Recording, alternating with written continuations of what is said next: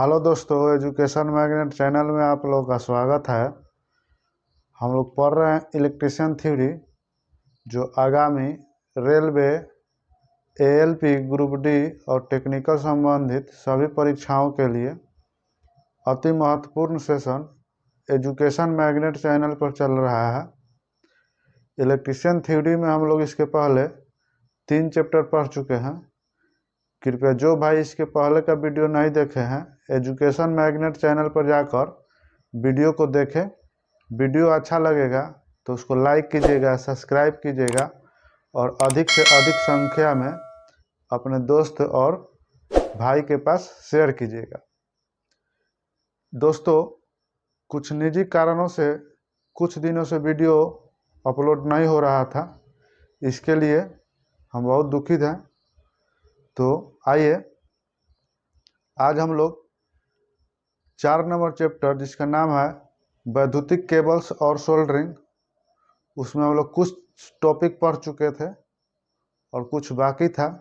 तो आइए इसके आगे हम लोग देखते हैं कि आज का टॉपिक क्या है। देखिए जी, आज हमारा है फर्स्ट टॉपिक जो है क्लासिफिकेशन ऑफ अंडरग्राउंड केबल। ठीक है, यानी अंडरग्राउंड केबल के बारे में पढ़ना है। तो आप लोगों को बता दें कि अंडरग्राउंड केबल किसे कहते हैं। देखिए, ऐसा केबल जो भूमि के अंदर स्थापित किया जाता है उसको हम लोग अंडरग्राउंड केबल कहते हैं।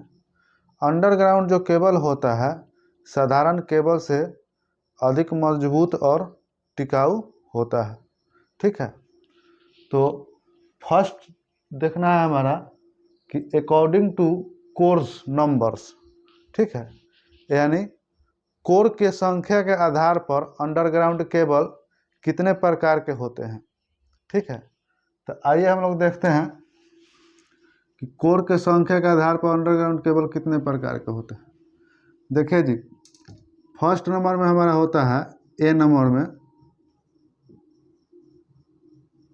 Single core cable. Single core cable कहने का मतलब है कि ऐसा केबल जिसमें केवल एक ही को कोर प्रयोग किया गया हो, यानी एक ही को तार प्रयोग किया गया हो, उसको हम लोग क्या बोलते हैं, सिंगल कोर केबल। जैसे मैं आप लोग को देखिए फिगर में आप लोग को बताते हैं। ये मान लीजिए कि कोई केबल है,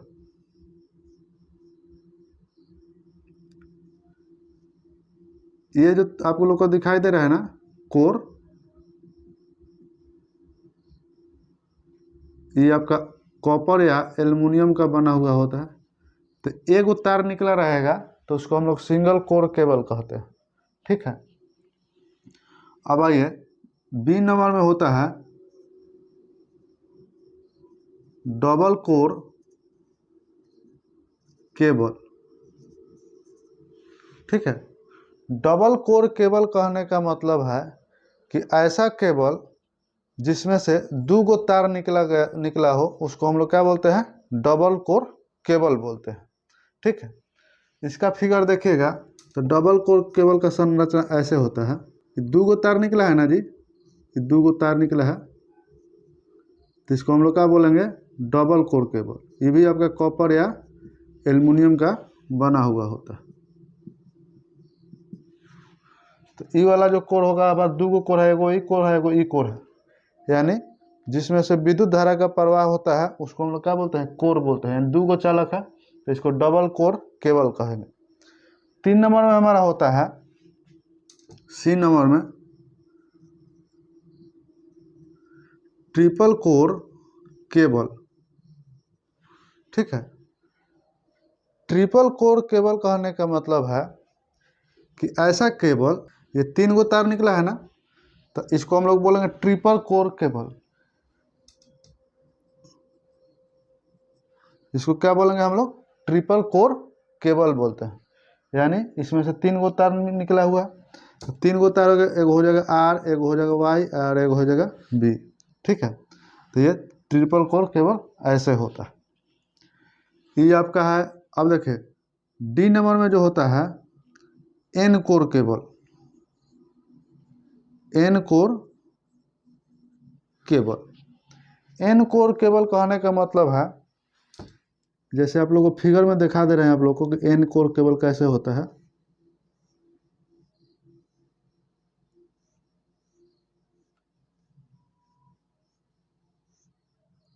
देखिए, इसमें अधिक संख्या में कोर निकला रहता है, यानी अधिक संख्या में, बहुत से अधिक अनगिनत संख्या में क्या होता है कि आपका तार निकला हुआ होता है।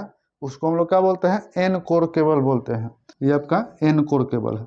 ये आपका जो कोर होता है ये भी आपका कॉपर या एल्युमिनियम का बना हुआ होता है। तो आई होप आप लोग को समझ में आया होगा कि अकॉर्डिंग टू कोर नंबर्स, ठीक है, यानी कोर नंबर्स के आधार पर केबल कितने प्रकार के होते हैं? तो 4 प्रकार के होते हैं। फर्स्ट होता है आपका सिंगल कोर केबल, ठीक है, यानी ऐसा केबल जिसमें से केवल एक ही तार निकला हुआ हो उसको सिंगल कोर बोलेंगे। 2 नंबर में होता है डबल कोर केबल, ऐसा केबल जिसमें से 2 तार निकला हुआ हो तो उसको डबल कोर केबल कहते हैं। इसका यूज फेज और न्यूट्रल सप्लाई में किया जाता है। 3 नंबर में होता है ट्रिपल कोर केबल, यानी ऐसा कोर जिसमें से 3 गो तार निकला हुआ है उसको ट्रिपल कोर केबल कहते हैं, ठीक है। एक आपका 3.5 कोर केबल भी होता है। 3.5 कोर केबल में 3 गो होता है RYB, और एक जो आधा छोड़ा होता है उसको हम लोग क्या बोलते हैं? न्यूट्रल के लिए यूज में लेते हैं। 4 नंबर में आपका होता है N core cable. N core cable में होता क्या है कि अधिक से अधिक संख्या में क्या किया जाता है कि एक ही केबल से कोर की संख्या निकाला जाए। 2 नंबर में हम लोग देखते हैं on the basis of voltage, यानी वोल्टेज के आधार पर अंडरग्राउंड केबल जो होता है वो कितने प्रकार के होते हैं, ठीक है। यानी अंडरग्राउंड केबल में जो यूज करते हैं अंडरग्राउंड केबल, वो वोल्टेज सहन करने के क्षमता के आधार पर भी क्या किया जाता है? बनाया जाता है, ठीक है। तो फर्स्ट नंबर में हमारा होता है 1 नंबर में LT, यानी लो टेंशन, जिसको हम लोग LT केबल बोलते हैं, ठीक है। LT कहने का मतलब है कि लो टेंशन। ओवरहेड लाइन में आप लोग कहीं कहीं पर सुने होंगे कि LT लाइन है, HT लाइन है, EHT लाइन है। उसी तरह अंडरग्राउंड में भी क्या होता है? LT, HT, ST, EHT प्रकार के केबल आपका यूज में आता है। तो देखिए, लो टेंशन केबल किसे कहते हैं? ऐसा केबल जिसकी क्षमता 1 kV तक, यानी 1000 वोल्ट तक, ठीक है, 1000 वोल्ट, या इसको 1 kV बोलते हैं, यानी 1000 वोल्ट या 1 kV तक ले जो वोल्टेज को सहन करता है उसको हम लोग LT केबल बोलते हैं, ठीक है। 2 नंबर में हमारा है हाई टेंशन और HT केबल, ठीक है। HT जो केबल होता है वो आपका 1 kV से, यानी 1000 वोल्टेज से आपका 11 kV तक होता है, ठीक है। तो इसको हम लोग क्या बोलते हैं? HT cable. HT केबल किसे कहते हैं? वैसा केबल जो आपका 1 kV से 11 kV तक का वोल्टेज सहन करता है उसको हम लोग क्या बोलते हैं? आपका HT केबल। देखिए जी, अब 3 नंबर में हमारा है सुपर टेंशन या ST केबल, ठीक है। तो इसका वोल्टेज सहन करने की क्षमता जो होता है 11 kV से 33 kV तक होता है। 11 kV से 33 kV तक होता है, ठीक है। अब देखिए जी, 4 नंबर में हमारा है एक्स्ट्रा हाई टेंशन या EHT बोलते हैं। EHT जो एक्स्ट्रा हाई टेंशन जो होता है ओवरहेड लाइन में, बड़े बड़े जो टावर होते हैं, देखिएगा बड़े बड़े टावर बने हुए होते हैं, वो टावर हमारा EHT लाइन को ट्रांसमिट करता है, यानी एक स्थान से दूसरे स्थान तक भेजता है। उसी तरह अंडरग्राउंड केबल जो होते हैं बड़े बड़े मोटे आकार के क्षमता में बनाए जाते हैं, जो क्या होता है कि एक्स्ट्रा हाई वोल्टेज को एक स्थान से दूसरे स्थान तक भेजने के लिए क्या किया जाता है? यूज में लाया जाता है। तो आइए देखते हैं कि EHT केबल की क्षमता कितना होता है। इसका जो क्षमता होता है 33 केबी से 66 केबी तक होता है।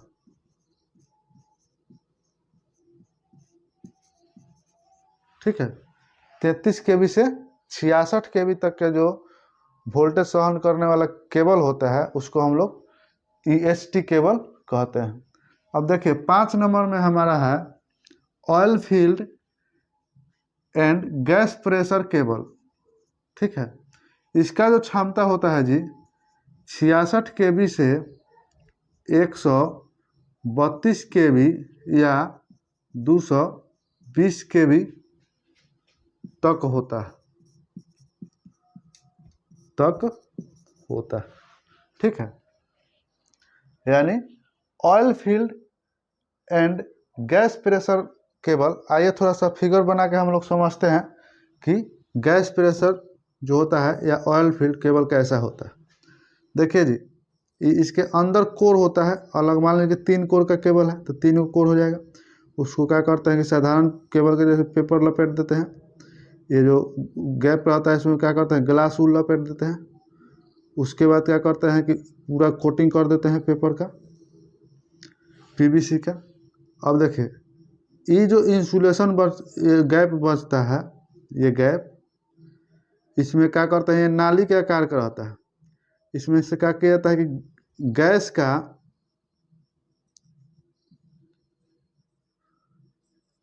गैस या तेल का प्रवाह कराया जाता है।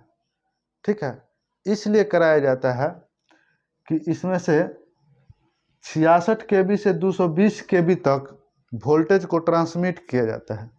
तो उस अवस्था में क्या होता है कि उतना वोल्टेज सहन करने के लिए इंसुलेशन यानी इंसुलेशन पदार्थ नगण्य के बराबर होता है, नहीं के बराबर होता है। ठीक है, उस अवस्था में क्या होता है कि इंसुलेशन पदार्थ पिघल जाता है और पिघल कर क्या होता है कि टूट जाता है, पिघल कर खराब हो जाता है। तो उस इंसुलेशन पदार्थ उतना क्षमता में नहीं रहता है तो क्या किया जाता है कि साधारण इंसुलेशन जो होता है, जो सबसे ज़्यादा डाई इलेक्ट्रिक स्ट्रेंथ वाला इंसुलेशन होता है, उसको हम लोग प्रयोग में ले लेते हैं और उसके बाद बीच में गैपिंग कर देते हैं। और उसी गैपिंग से क्या किया जाता है कि आपको तेल का प्रवाह या गैस का प्रवाह हाई प्रेशर में कराया जाता है, ताकि केबल के अंदर जब इसमें से हाई मान का वोल्टेज गुजरेगा उस अवस्था में ये ऊष्मा उत्पन्न करता है। जब ऊष्मा उत्पन्न करेगा तो ऊष्मा को बाहर वातावरण में विकृत करने के लिए स्पेस नहीं मिलेगा। उस अवस्था में इसका जो इसके ऊपर जो इंसुलेशन लगा हुआ होता है, इंसुलेशन खराब होने का डर रहता है। इसीलिए क्या कहता है कि इसमें से नाली बनाकर और ऑयल और आपका गैस को प्रवाहित कराया जाता है, जिससे क्या होता है कि उसमें जो टेम्परेचर उत्पन्न होता है वो टेम्परेचर फिर नॉर्मल पोजीशन पर आ जाता है, यानी केबल का टेम्परेचर नॉर्मल हो जाता है, जिससे हमारा क्या होता है कि केबल का इंसुलेशन बरकरार रहता है और केबल हमारा सही ढंग से सुचारू रूप से काम करता है।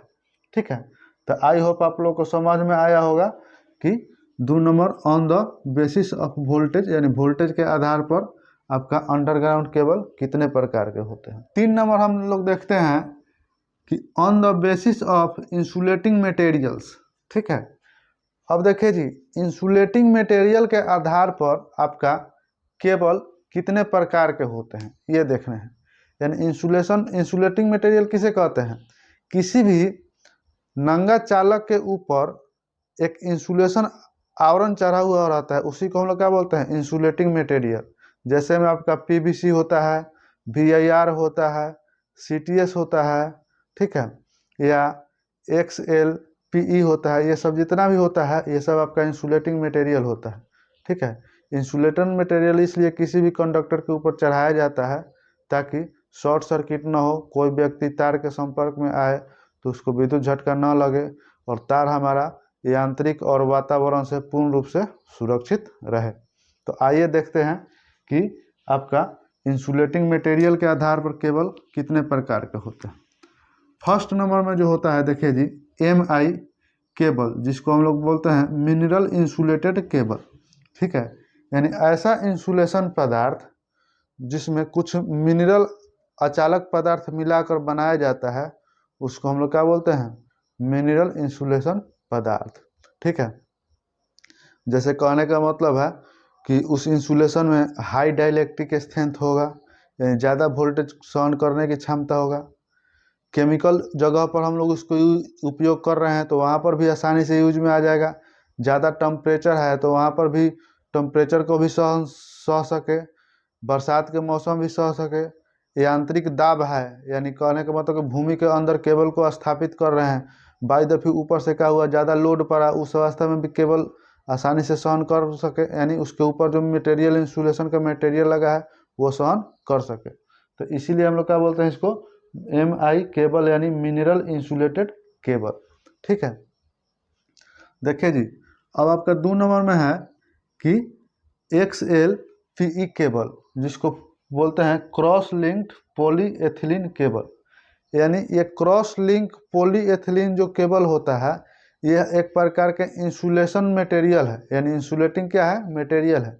किसी भी चालक के ऊपर अगर XLPE का इंसुलेशन चढ़ा हुआ रहेगा तो क्या होता है कि बहुत टिकाऊ होता है और बहुत स्ट्रॉन्ग होता है, और वातावरण या भूमि के अंदर दबे रहने से जल्दी खराब नहीं होता है, यानी एक उत्तम किस्म का इंसुलेटिंग मटेरियल माना जाता है, जो आपका PVC से भी उत्तम किस्म का होता है। इसका यूज देखिएगा, बड़े बड़े आपका टंकी जो बनता है आपका PVC का, या आपका बड़े बड़े पाइप बनते हैं, ठीक है, वो आपका XLPE का बना हुआ होता है। तो इसका डाइलेक्ट्रिक स्ट्रेंथ हाई होता है, इसीलिए इसका उपयोग अंडरग्राउंड केबल में हम लोग यूज करते हैं।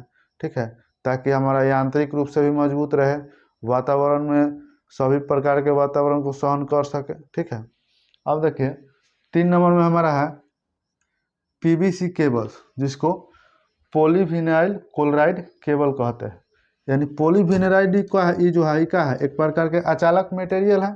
ठीक है, तो ऐसा केबल जिसमें हम लोग इंसुलेशन के रूप में PVC में अचालक पदार्थ का यूज करते हैं, तो उसको हम लोग क्या बोलते हैं, पॉलीविनाइल क्लोराइड केबल्स। ठीक है, तो हमारा अंडरग्राउंड जो केबल होते हैं इतना ही प्रकार के होते हैं। ठीक है, तो आई होप आप लोगों को समझ में आया होगा आज का क्लास।